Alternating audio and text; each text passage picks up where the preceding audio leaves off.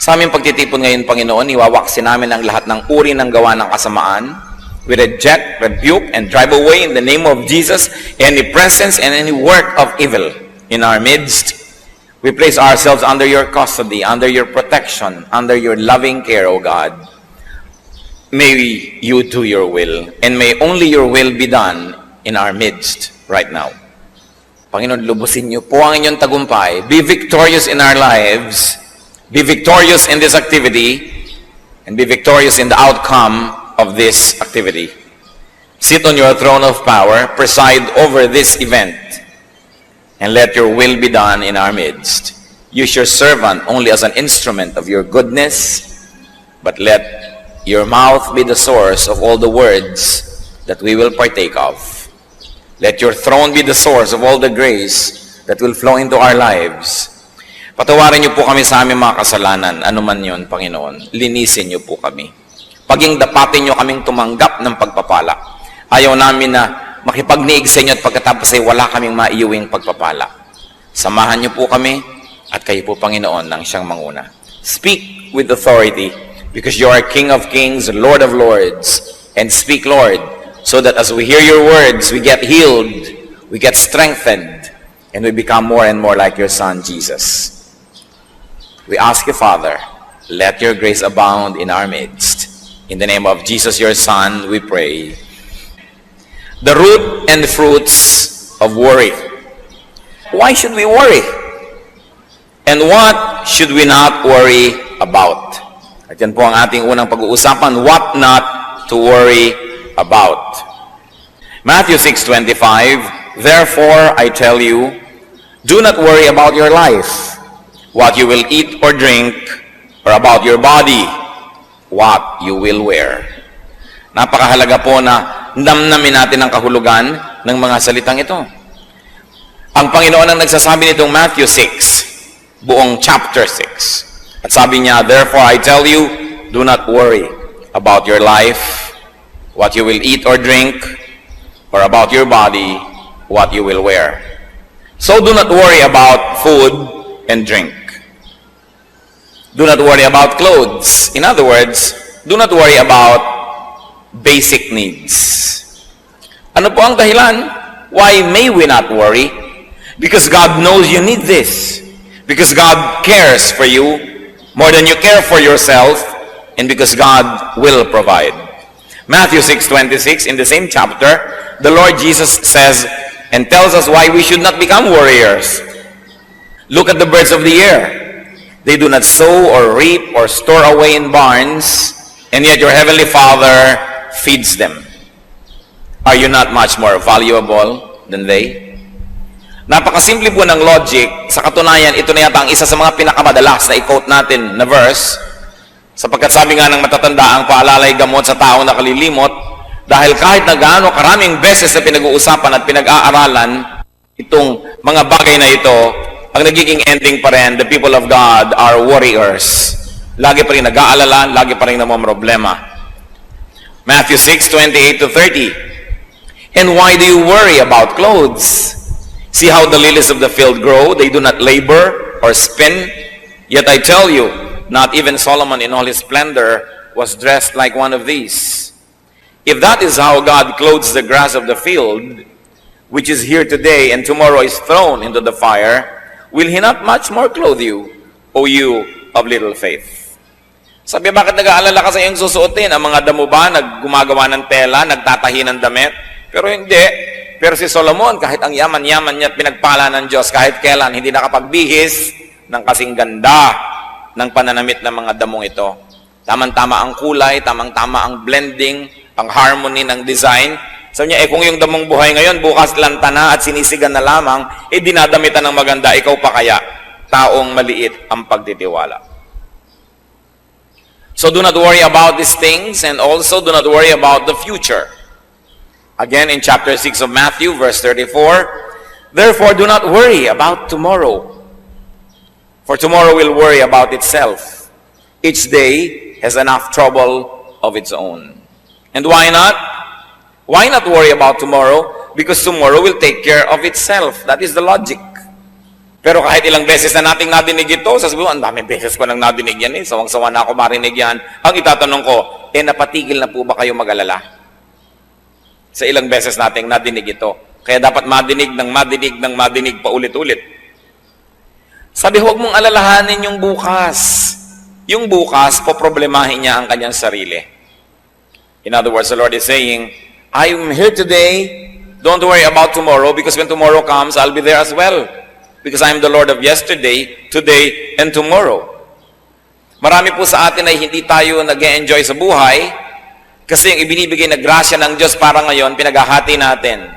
Kalahati para ngayon at kalahati para bukas na inaalala na natin ngayon pa lang. Samantalang yung bukas, pagdating niya, may kasama siyang sariling grasya para sa kanya. May sarili siyang pagpapala na kasabay niyang darating.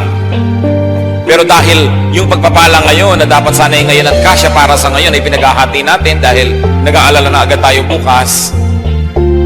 At pagdating naman ng bukas yung darating na grasya, hahatiin mo na naman para sa makalawa kahit kailan hindi na tayo titigil mag-alala. I like to be very emphatic that the Lord does not teach us not to plan. Pinupuri nga ng Bible yung langgam na marunong magplano para sa darating na tag-ulan, nag-iimpok na daw ng pagkain. So you may plan. You may even want to save. You may want to be very detailed about how you want to spend your retirement. But the point is, after you have done the planning and after you have done what you could, stop worrying. Because even if you're worried, there is nothing that you can do to control the outcome of what may happen still. Ang inaalis ng Diyos sa atin yung walang kwentang pag-aalala. Hindi niya inaalis yung maging responsable. Hindi niya inaalis yung maghanda, magplano. Pero kung nagtanim ka ngayon tapos hindi ka makatulog buong gabi dahil iniisip mo kung tutubo yung itinanim mo, it will not help the plant and neither will it help you. So just do what you can and trust that the Lord loves you, that the Lord likes to bless your work, and go on with life with peace and in peace. What else do you not worry about? Do not worry about what you cannot do, what you cannot accomplish. Yan na nga po yung pinapanggit natin.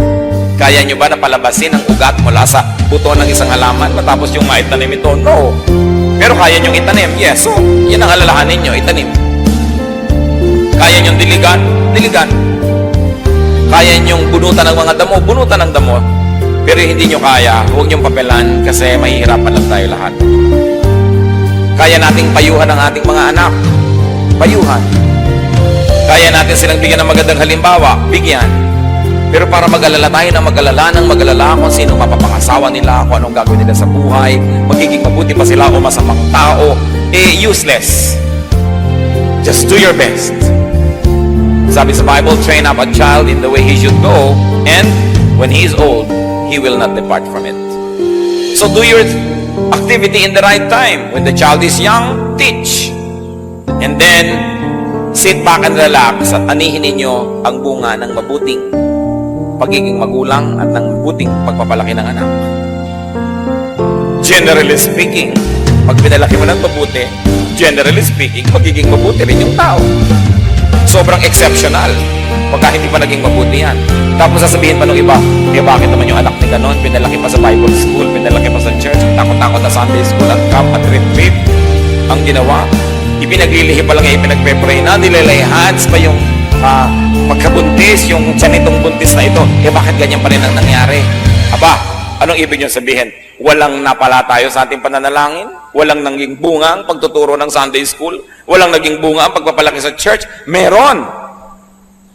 Pero sasabihin nyo, bakit nagkaganon pa rin? Yun nga kung hindi yan pinalaki sa church, hindi yan tinuruan, hindi yan ipinanalangin, baka nadaig na yan si Satanas.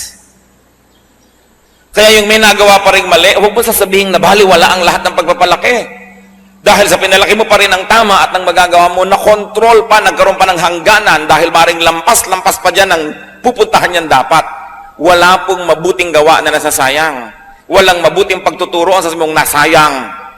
Sasabihin pa diba, sayang lang ang pagba-Bible study mo, ganyan lang pala ugali mo, tumigil ka ng pagba-Bible study.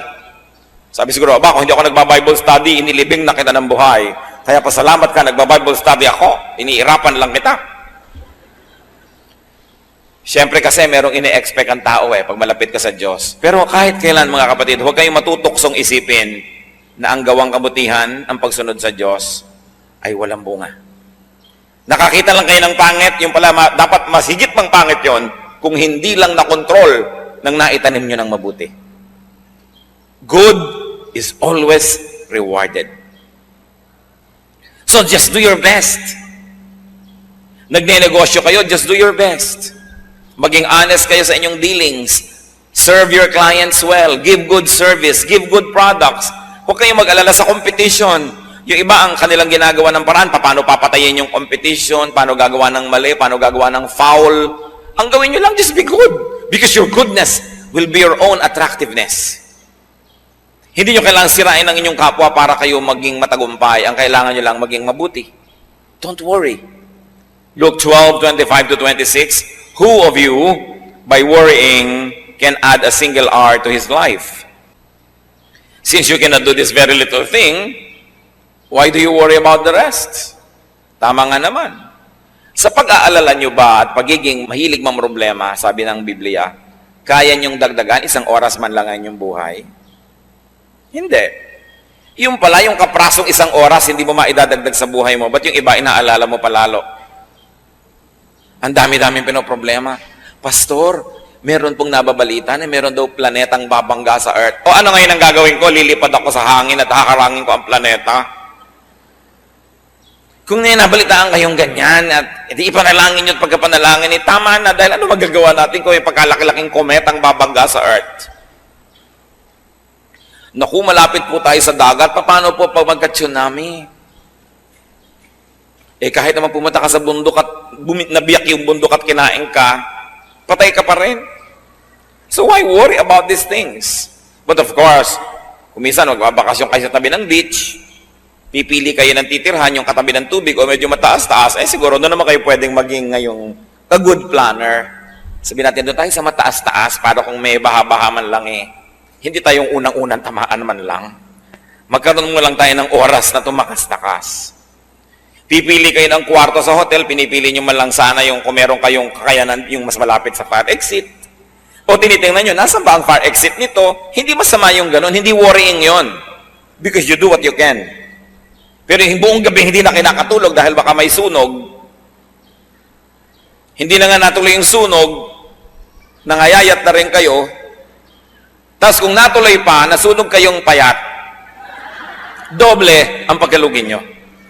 Because worriers lose twice when what they worry about actually happens. Yung pinangangambahan nyo, pag nangyari, 2 beses kayong magdurusa. Nung ini-imagine nyo pa lang at nung nangyari na. Ngayon, kahit hindi yan mangyari, kung kayo warrior, at least minsan na kayo nagdusa nung iniisip nyo pa lang. Kaya mahirap yung isip ng isip. Manalangin. At pagkatapos manalangin, ipasa Diyos. Matapos magawa ang kayang gawin ng tao. Do not worry about non-essentials. Those that do not have lasting or eternal value, those that do not have impact on the spirit, pwede natin yang masabing maliit na bagay. Mga kapatid, pagka hindi po mahalaga 5,000 years from now, hindi yun masyado mahalaga. Kaya hindi dapat masyadong alalahanin. Sabi ng Panginoon kay Martha, nung si Martha ay abalang-abala sa paggawa sa kusina because she wanted to serve her guests very well, Luke 10:41, the Lord said to Martha, Martha, Martha, the Lord answered, you are worried and upset about many things, but only one thing is needful. Sabi niya, marami kang iniisip masyado, iha. Isa lang ang mahalaga, at yun ang kabanalan, madilig ang salita ng Diyos. Kaya huwag mo nang masyadong alalahanin. Kung hindi masyadong maging maayos ang preparasyon mo ng pagkain para sa mga bisita, kung nakakain na sila ng pagsalita ng Diyos, yun ang mahalaga. Siyempre, hindi naman ibig sabihin, hindi na natin aayusin ang pakikitungo natin sa ating mga bisita, pero may hangganan. Napakarami ko na pong nakita na yung bahay nila, binubuksan nila for Bible study or for fellowship. Ang lahat na bless, puwera ang may-ari ng bahay. Kasi every 10 minutes, tumatayo, pumupunta sa kusina. Every 5 minutes, magbubukas ng electric fan. Mag-check ng lamig ng kwarto. Ang daming inaasikaso. Hindi masama. Pero tulad ni Martha, sabi ni Lord, maraming bagay ang pinag-aalalahanan mo. Hayaan mo na yan. Isa lang ang tunay na mahalaga na makakain ng salita ng Diyos. Kung ito ang masasakripisyo dahil sa marami mong inaalala, huwag mo lang alalahanin ang mga bagay na yan.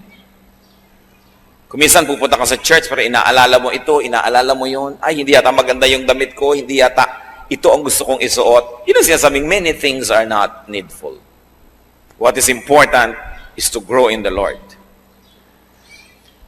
What worry brings about? Ano ang bunga? Pinag-usapan po natin yung puno, yung ugat ng pag-aalala. Ano ang bunga nito? Ano ang naidudulot ng pag-aalala? Matthew 13:22, the one who received the seed that fell among the thorns is the man who hears the word, but the worries of this life and the deceitfulness of wealth choke it, making it unfruitful. Ilang daang libong beses na rin nating nadinig ang verse na ito. Ang pinag-uusapan dito, yung iba't ibang uri ng lupa na nahulugan, nataniman ng buto, ng seed. At dahil iba't iba ang napaghulugan ito at napagtaniman, iba't iba ang nangyari doon sa seed. May tumubo, namatay agad, may tumubo ng konti at maya-maya, tsaka pa lang siya namatay. Meron namang tumubo nga, hindi naman makalaki-laki, at meron namang namunga ng maganda. Sabi, depende sa pinagtaniman. At itong pinag-uusapan natin dito na buto, yung salita daw ng Diyos, napatanim sa puso ng isang tao. Maaaring ang pagiging banal, ang pamumuhay ng makadiyos, napatanim sa puso niya at gusto niyang gawin. O ang paglilingkod sa Diyos, ang ministry, napatanim sa puso niya, gusto niyang gawin, ginagawa niya. Pero, nagtubuan yung mga kotak-kotakot na mga dawag at mga damo at mga tinik, mga siit. Natalo yung halaman. Buhay nga, pero hindi naman namumunga. So ikaw, nagpasya ka na maging makadiyos, tapos naging maalalahanin ka na naman, teka, kung magiging makadiyos lang ako, hindi ako gagawa ng ibang paraan, paano ako yayaman? Sabi, the deceitfulness of wealth, choke it. Paano ko yayaman? Paano ko maa-afford ang mahal na mga school para sa aking mga anak? Paano ko sila maibabakasyon sa Palawan, sa Bohol, sa Baguio? Paano ko ibibili ko ang asawa ng mga hikaw na umiilaw-ilaw na parang traffic light? Paano kami magkakakotse? So ngayon, yung naging determination mo na, naging makadiyos, itatapon mo na naman dahil I have to make compromises. Kailangan akong gumawa ng paraan eh. At yun namang mga nagpasya na maglilingkod sa Diyos, biglang nag-isip na naman, kung lagi na lang ako maglilingkod sa Diyos, nababawasan ng oras ko para sa sideline. Nababawasan ng oras ko para sa ibang mga pwede kong magawang ikayayaman ko. So, saka na lang yung paglilingkod, balik na naman ako sa paggawa ng pakayamanan. Itong sinasabi ng Panginoon, the deceitfulness of wealth, choke it, making it unfruitful. And why was wealth able to deceive?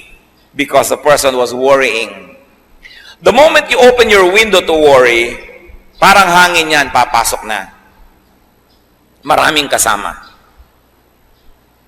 Parang meron kang isang inimbita, ang dami niyang kasama. Pag meron kang isang pinayagan na makapasok sa buhay mo, ang dami niyang kasama. Di ba alam niyo yan? Inibig niyo lamang itong isang lalaking ito, nung naging asawa niyo na ang daming kasama, ang nanay niya, ang tatay niya, ang mga kapatid niya, ang lahat-lahat. Inibig niyo lang itong babaeng ito, yung pala kayo magpapakala ng mga kapatid niya pagkatapos. Kasi nung pumasok siya sa buhay niyo, ang dami niyang kasama. Kaya iniingatan natin kung sino pinapapasok sa buhay natin. Pag pinapasok po natin sa ating isip at puso ang pag-aalala, marami rin siyang kasama.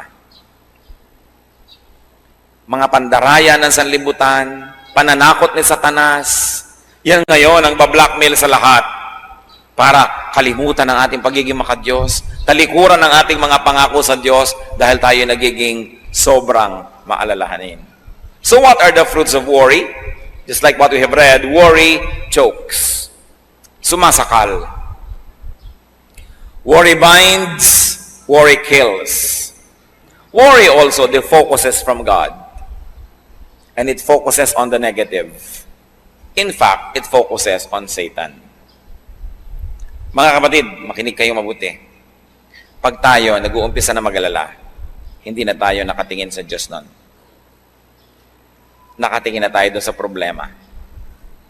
pag tinitigan nyo ang problema. Lalaki yan ng lalaki at tayo'y liliit ng liliit. Huwag niyong tititigan ang problema, ang titigan nyo ang Diyos na mas malaking hindi hamak kesa sa problema. Pag tinitigan natin yung nakakatakot, lalong lumalakas ang loob nun, lalong nananakot. Pero dapat ang tititigan natin yung Diyos, who is Lord of Lords, who is King of Kings. And you must never forget that in the name of Jesus, every knee will bow in heaven, on earth, and under the earth. Ito ang gusto kong hamon sa ating lahat. Sukatin natin ang bawat sarili natin. Tandaan nyo, oras na nag-aalala na kayo, di na kayo nakatingin sa Diyos. Kaya alalahanin ng Diyos. Alalahanin ang kanyang mga pangako, ang kanyang mga salita, ang kanyang mga ginawa, ang ginawa ng Panginoon sa lupa, ang mga iniwan niya at binitaw ang mga pangako, ang kanyang salita. Mabubuo muli ang ating determinasyon na sa kanya umasa. But remember, hindi lang yung religion na parang nakakalasing, na wala ka nang ginagawa kundi magdasal, wala ka nang ginagawa kundi umasa ng himala. Hindi yun. Ginagawa natin ang kaya nating gawin at ipinasa sa Diyos ang magiging bunga. Pero hindi pwedeng sa umpisa lang ipinapasa Diyos mo na. Yan nangyayari na ang relihiyon ay nagiging isang masamang bisyo. Kung ang tao hindi na gumagawa ng tama, ng mabuti, at iniaasa na lang sa himala ang lahat ng bagay. Kailangan magkasama yan. Faith and works must always blend together. Luke 12:29-30. Do not set your heart on what you will eat or drink. Do not worry about it. For the pagan world runs after all such things, and your Father knows that you need them. Sabi niya, alam niyo kung sino lang ang dapat nag-aalala kung may kakainin pa sila, kung mabubuhay pa sila, dapat niyo lang mga taong walang Diyos. Sapagkat yung mga taong walang Diyos, walang aasahan, walang pinanghahawakan, sa kanila lang bagay ang pag-aalala. Pero sa mayroong Diyos, hindi bagay yan. Sa Diyos na nagsasabing, 6 days you shall labor and do all your work. And on the 7th, you will rest. In the same manner, the Lord is saying, do what you can, work hard. But after working hard, you rest.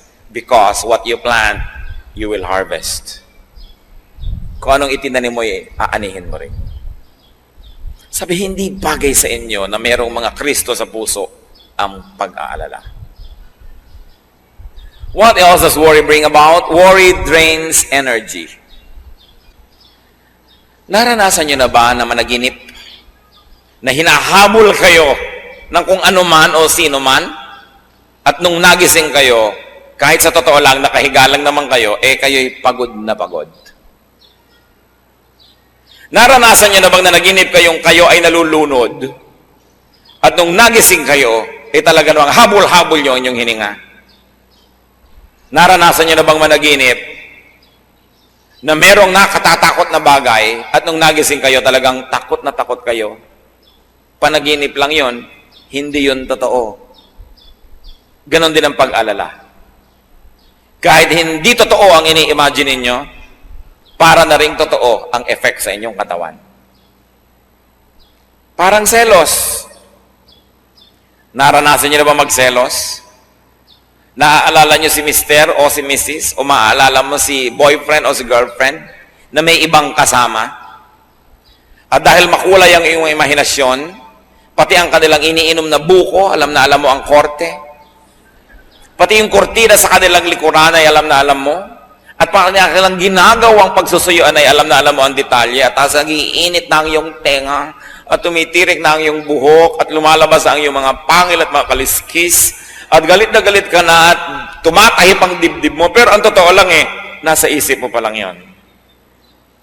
Yan ang power ng imagination. Kaya dapat yung pag-imagine natin, mga kapatid, ginagamit natin doon sa positive.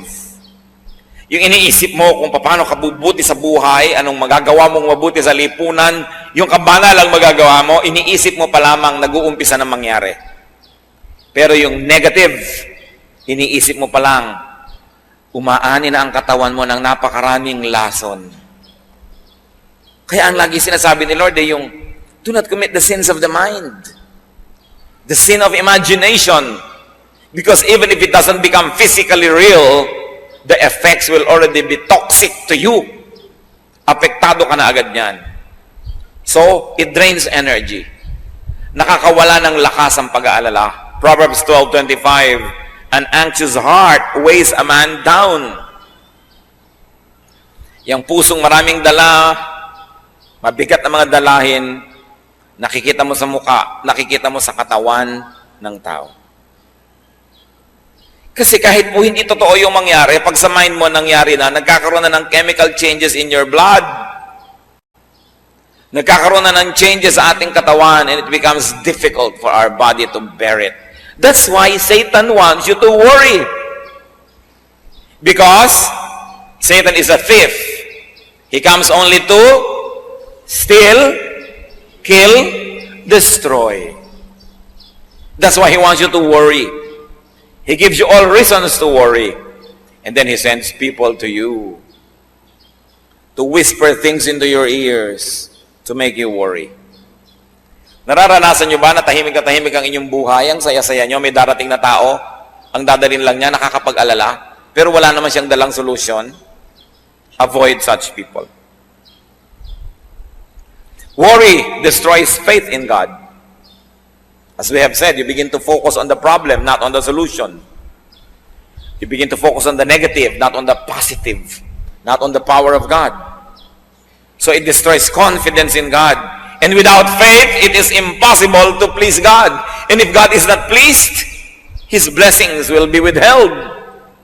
That's why Satan wants you to worry, because when you worry, you lose faith. When you lose faith, you lose your connection to God. And then He begins to corner you. And he begins to play with your life. That's why Satan wants you to worry. Worry gives the devil space. Kaya sabi sa Ephesians 4:27, do not give the devil a foothold. Huwag mong bibigyan si Satanas ng kahit konting espasyo. Dahil makakagawa siya ng paraan na pag nakapasok na siya sa iyong puso, palakihin ng espasyo na yun. And worry gives the devil a foothold. How not to worry then? Paano? Jeremiah 17:7-8. But blessed is the man who trusts in the Lord, whose confidence is in Him. He will be like a tree planted by the water that sends out its roots by the stream. It does not fear when heat comes. Its leaves are always green. It has no worries in a year of drought and never fails to bear fruit. What is the way to blessedness? Sinasabi dyan, trust in the Lord. Why do we worry? Because we trust in ourselves and we know that we ourselves cannot be that powerful to contain and to solve our problems. Why do we worry? Because we trust in other people. Then, the complicating worry is, what if those people left us? What if they do not come on time? What if they fail us? Then you worry. We worry because we trust in things. We say, I am okay because I have a lot of money. We are okay because we have a good house, because we have this, because we have that. So what is the complicating problem? Hindi ka natitigil magbantay ng kayamanan mo, ng bahay mo, ng bagay mo, kasi doon ka na nakaasa. Nakaasa ang iyong prestige sa magandang kotse, kaya konting gas-gas lang, pinaproblema mo na. Ang layo-layo sa bituka. Nakikipag-away ka dahil nagasgasan yung kotse mo. Dahil ano ba yun? Inaasahan mo na yun ang magbibigay ng ningning sa iyong pangalan? Kasi kung sinasabi mo lang, ito ang magbibigay sa akin ng transportasyon so that I could travel from point A to point B, ano ba naman konting bangas dyan, konting ukad dyan, basta't umaandar ka at safe ka. Pero dahil siguro marami kang ibang inaasahan na ibibigay sa iyo ng ganda nun, kaya ka ngayon naman problema. May dumaan lang na konting tricycle, nakatingin ka, baka magasgas ang kotse mo. Kaya nakikita mo, mga taong barong Tagalog pa daw, naka-Amerikana, halos magbakbakan doon sa sulok, sa isang kanto, at yung nakahambalang ang sasakyan nila, inabala nila ang buong syudad dahil nagkagalusan ng konti. Hindi pa tinamaan ang katawan nun, kotse pa lang, nagpapataya na. Ano pa kung yung kamay niya ay nadurog? Marami kasi tayong ginagawang at minamanufacture na problema. Kanino po ba tayo nagtitiwala? Pag ipinagtiwala nyo na ang ligaya nyo sa buhay sa isang tao, kahit paasawa nyo yon, anak nyo yon, magulang nyo yon, at siya na ang pinagtitiwalaan nyo, magbibigay sa inyo ng mga kailangan nyo at kaligayahan at lahat-lahat, ano nangyayari? You become possessive. Kaya yung taong walang iniibig, tayapa ang buhay. Subukan yung mainlove at napakarami kayong magiging worry, nag-aalala kayo, nagseselos kayo. Mapatingin lang sa iba, nag-aalala na kayo. Kung ano-ano na, kaya kung ano-anong operasyon na ang ginagawa sa mukha dahil tingin ng tingin ng asawa sa iba. Isa mo, di tumingin ka nga, bahala ka, basta nagagandahan sa akin ng Diyos, ginagawa ko ang best. At ang kaligayahan ko sa Diyos ko, iaasa ko. Nandiyan ka, salamat sa Diyos, at kung wala ka, may Diyos pa ako. Pero oras na iniasa mo lahat sa tao, ano mangyayari? You will possess that person, and you will guard that person, and you will never be able to sleep.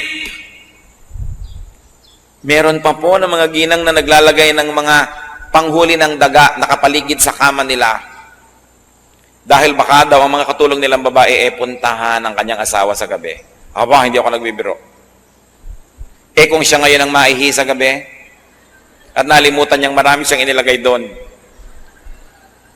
isipin yung pag-aalala, bakit sobra ko naman itong babantayan? Aba, kung ayaw nga ba niya sa akin? Di we both lose? Pero yung para ka lagi naghahabol, check ka ng check, nasan ka na, wala ka na sariling buhay nun. Why? Dahil iniasa mo na ang iyong kaligayahan sa iba, na yung pag-ibig lang niya ang makakabigay sa iyo ng buhay. Kaya sinasabi ng Bible, love the Lord your God with all your heart and with all your soul and with all your mind. Because when you love God and you make Him number one, you are sure that your number one will never leave you. So kung may asawa ka, dapat number 2 lang yan.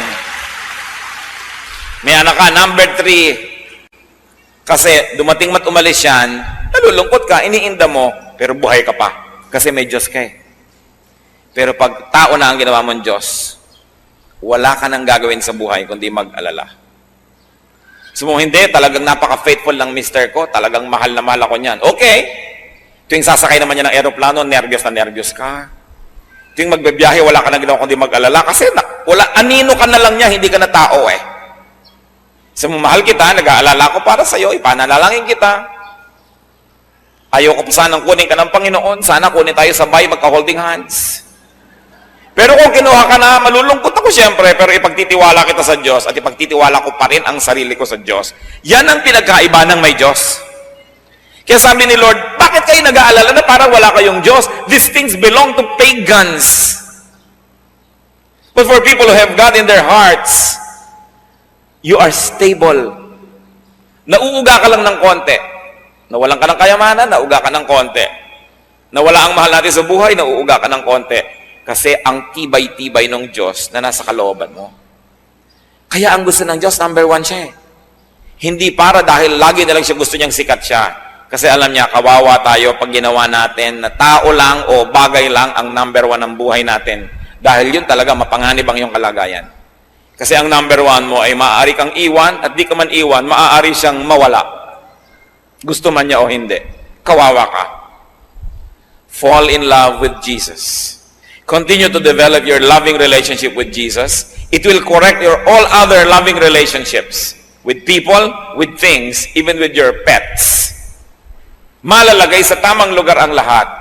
And you will become stable. Nagiging matining ang loob ng isang taong may pag-ibig sa Diyos.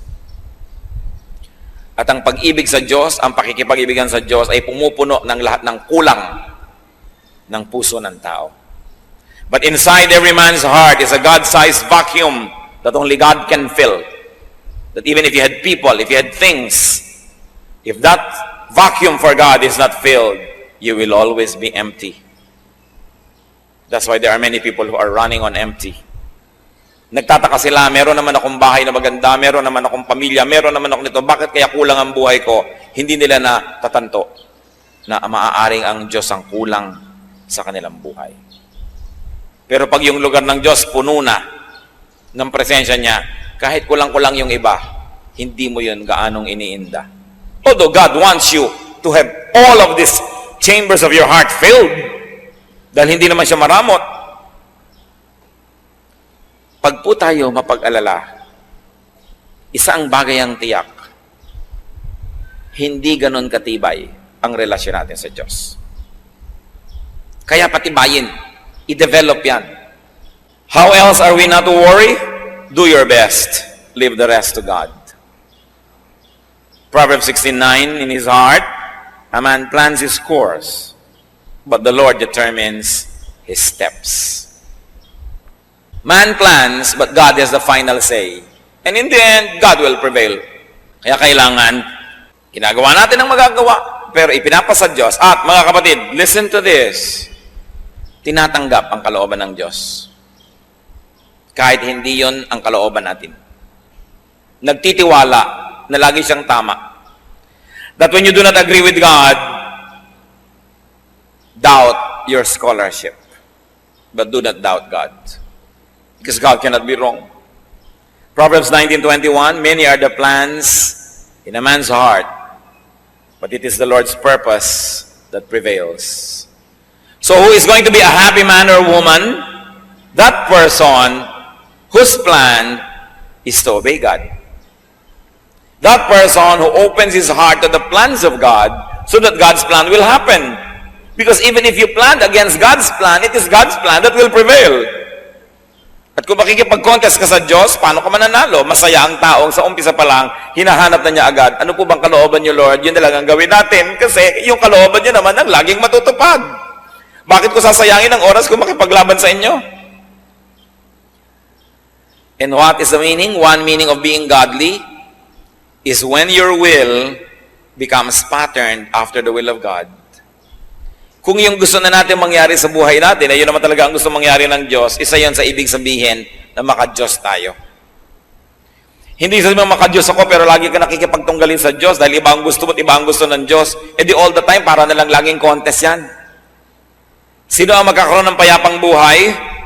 Yung ang gusto ng Diyos at gusto niya ay iisa na. Pareho na. Then mapayapa ang ating buhay. Kaya gusto natin ay lagi nating malaman ang salita niya, makilala siya, para maiayon natin ang ating pag-iisip, ang ating buhay sa Kanya. Be sensitive to God's will and to God's purpose. So in life, you define what is doable and you define what is not doable. Do not worry about the undoable. Just do your best. Leave the rest to God. How else are we not to worry? Plant good seeds. Do not plant bad seeds. Proverbs 11:18, he who sows righteousness reaps a sure reward. And Proverbs 22:8, he who sows wickedness reaps trouble. Gusto ninyo na mabawasan ng mga alalahanin sa darating na bukas? Gumawa lamang ng mabuti ngayon. Sapagkat bawat na ginagawang mabuti, makakaasa kang may aanihin ka bukas na mabuti. At bawat ginagawang masama, makakaasa ka rin na may aanihin kang di maganda. So huwag tayong mag-alala ng mga pangit na aanihin kung alam naman nating nagtanim tayo ng nagtanim ng mabuti. This is Agriculture 101. Pag nagtanim ka, may aanihin ka. At kaya po yung iba sigurista, maraming itinatanim eh. Gusto mo magkaroon ka ng 4 na puno ng lansones sa iyong bakuran, magtanim ka ng 7. Sakali man na yung 3 hindi tumubo, may 4 pa talagang tutubo. Kaya hindi masamang magtanim ng maraming magandang bagay. Meron kang kayang tulungan na tao, damihan mo. Hindi naman lahat ng taong tinulungan mo magiging grateful eh. Pero kung marami kang tinulungan, may chances ka na mas marami naman dyan ang tatanawan lang. Marami kang ginawang mabuti. Pero tandaan ninyo, ang ginagawa ng masama, lahat yan gaganti. Liban na lang na born again. Kaya ipanalangin nyo ma-born again lahat ang ginawa nyo na masama. Dahil kung hindi, walang inaantayan kundi pagkakataon na gantihan ka. Mga bata, mang inapi mo nung maliliit, hindi lang yung kumikibo dahil maliit pa. Pero tatandaan nyo mga kapatid, sa bawat tik-tak ng orasan, sa bawat pagsikat at paglubog ng araw, kayo'y papahina at sila'y papalakas. At sabi nila, balang araw, babangon ako at tuturugin kita. Kaya yung gumagawa ka ng masama sa bata, actually, it's very wicked because you do something bad to a helpless person. And two, it is very unwise because you are planting negative things that you will harvest. Pero yung gagawa ka ng mabuti sa isang bata, hindi niya nalilimutan yun. At darating ang panahon. Hahanapin kanya mula sa apat na sulok ng daigdig para dalang kanya ng isang guhit na kastanyas. Blessing. Ang Bible lang may sabi, ang mabuting ginagawa, aani. Be good. Be good. Proverbs 28 verse 1, the wicked man flees, though no one pursues. Ang isang taong masama, tumatakbo kahit walang humahabol. Evil men run, though no one chases them. Kaya yung mga marurumi ang isip, ganun yun. Maraming karumihan ang isip nila, kaya hindi sila payapa. At pagkatapos ina-assign nila sa iba yung iniisip nila. So what do we do? How not to worry, brothers and sisters? Avoid warriors. Huwag kayong sasali sa Warriors Club. Tapos founding chairman pa kayo. Don't join warriors. Avoid negative people. Avoid complainers. Deal with them only to minister to them, but do not be friendly with them. Huwag kayong mga kapalagayang loob nyo, yung mga lagi na lang natatakot at nag-aalala, kasi nakakahawa yan. Go to them to minister to them. Go to them to bring them the light of the gospel, but do not fellowship with them. Hihilahin nila kayo pababa. Proverbs 13:20, he who walks with the wise grows wise, but a companion of fools suffer harm. And worrying is foolishness. Fools worry a lot. Wise people do what they can and then trust God. So sabi niya ganun, huwag kang makiwarkada sa mga ganyan. Remember God's goodness. Remember to be thankful to God. Remember God's track record and you will have nothing to worry about. Alam natin yung nasukol ang mga Israelites ng mga Egyptians sa tabi ng pampang ng dagat. Sasalakayin na sila. Nag-worry sila. Pero yung binabasa natin yan, hindi tayo nag-worry kasi alam natin yung ending nahati yung dagat, nakatawid sila. Ang nag-worry lang yung nabuhay ng panahon na yon na hindi pa nila alam na hahatiin. Pero tayo alam na natin hinati ang dagat. Alam na natin na marami nang nilutas na problema ang Diyos para sa mga tao. Alam na natin na inilubog man niya ang buong daigdig, pinalutang naman niya yung sasakyan ni Noah at ang pamilya ni Noah ay nakaligtas sapagkat nalulugod siya sa pamilya na yon. Alam na natin na nagdiliman sa Ehipto, yung lugar ng Goshen na tirahan ng mga Israelites ay maliwanag. At alam na natin na pinatay man ang lahat ng panganay na anak ng mga pamilya sa Ehipto na iligtas sa mga panganay na anak ng mga Israelita. Alam na natin na ang Diyos marunong mag-exempt, marunong lumundag ang kanyang mga parusa kung nais kang paiwasan ng Diyos. So sino lang ang dapat nating bigyan ng kasiyahan? Ang Diyos. Sapagkat kung siya'y nasisiyahan, mahirap pa sa Kanya na tayo magpalain.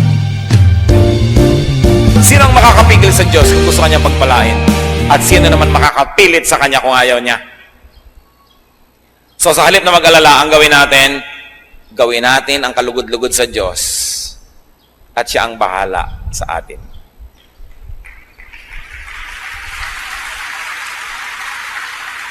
Napakaganda ng word na bahala. Inaakala at iniisip ng marami na ito'y nagmumula sa salitang bathala. Kaya hindi ito yung sinasabi ng mga tao na bad traits of the Filipino, bahala na habit, as if it's kesera-sera. What will be, will be. Kesera-sera ba yung bahala? Pag sinabi ng kuya mo, namatay ang mga magulang mo, sabi ng kuya mo sa'yo, akong bahala sa'yo. Ibig sabihin ba, no? Kesera-sera? So I'll be responsible for you. Pag sinabi mo sa tiyo mo, tiyo, kayo na pong bahala sa amin. Ang ibig mo ba sabihin nun, kesara-sira, kahit anong what will be, will be. Sabi mo, kayo na pong mag-alaga sa amin. Pag sinasabi mo sa katulong nyo sa bahay, Bining, aalis ako, pagka may sunog, bahala ka. Ang ibig sabihin mo nun, tatakbo na lang siya. Hindi, inaasahan nyo, dala niya ang aparador. Inaasahan nyo, pag bumaha, lulutasin niya yung problema. Pag sinabi mong bahala ka, ibig sabihin, I'm giving you responsibility.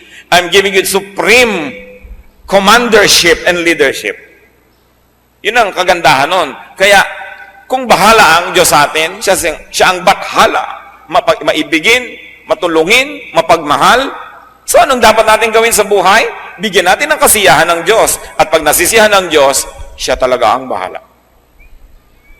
Pero kahit anong pagpupunyagi ang gawin natin at pagsisikap, kung iniinis naman natin ng Diyos, ino-offend natin siya, masasayang lahat ang ating pagsisikap. Huwag tayong malilibang kahit kailan. Pleasing God is the primary duty of our life. Not to please yourself at the expense of your relationship with God, because that will work on the reverse. Psalm 31:19. How great is your goodness, which you have stored up for those who fear you, which you bestow in the sight of men on those who take refuge in you. Worry is like a tree. It has roots. Uproot it and it will wither. Uproot the tree and you will not have to harvest and to eat poisonous fruits. Sino po sa atin ang mahilig mag-alala? Yumuko tayo sa Panginoon at makipagtuos. We have to be set free from the deceptions of darkness. Mga pag-alala lang, wala namang nangyayari, wala namang magandang bunga. Pinapalungkot lang tayo lalo, ginugulo tayo. Unang-una, ipatawad mo, Panginoon, sa amin ang pagiging mapag-alala. Nangangahulugan itong kami tumitig sa iba't hindi sa inyo.